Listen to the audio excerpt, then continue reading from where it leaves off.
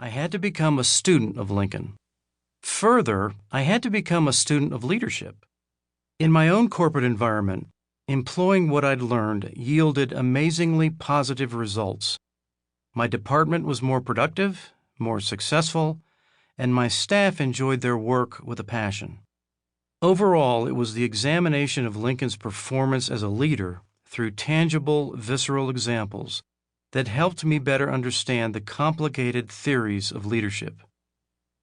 Having been in the business world for many years, mostly in large corporate settings, I'm still amazed that of the hundreds of managers and supervisors I've encountered, I can count very few real leaders among them. Many of these men and women are corrupted by power. Most tend to pressure or dictate when simple suggestions or recommendations would suffice. And almost always there is a lack of understanding of the simple points of human nature, such as a person's reaction at being ordered to do something rather than being asked his or her opinion. Perhaps true leadership is uncommon in today's society because it's not genuinely understood and has often been misinterpreted.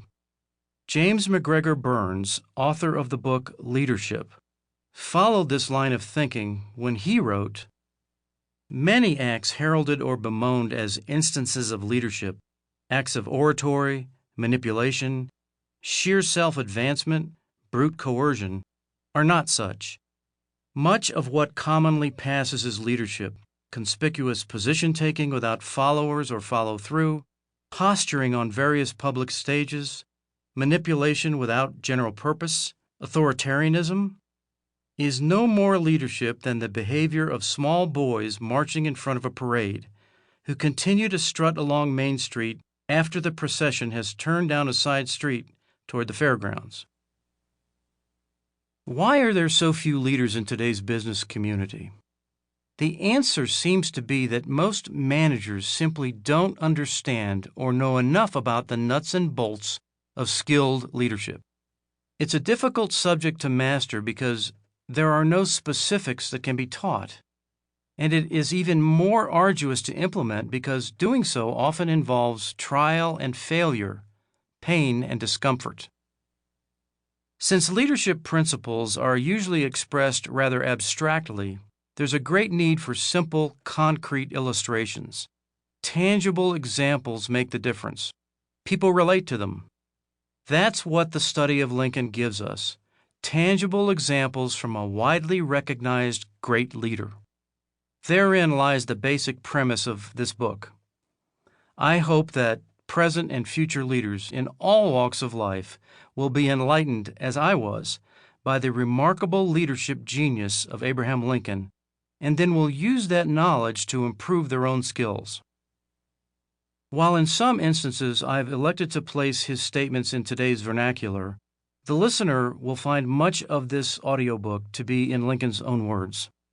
It's subdivided into several key lessons, each representing an important avenue toward the understanding of Lincoln's personal leadership style. For most of Lincoln's quotations, I have relied heavily on Roy P. Basler's magnificently well-documented Collected Works of Abraham Lincoln. When using this and other sources, I have included only those quotes that I believe reflect Lincoln's leadership philosophy and have left out all that I know to be spurious.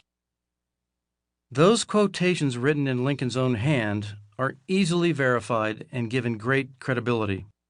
But what of other quotations that are not as easily documented?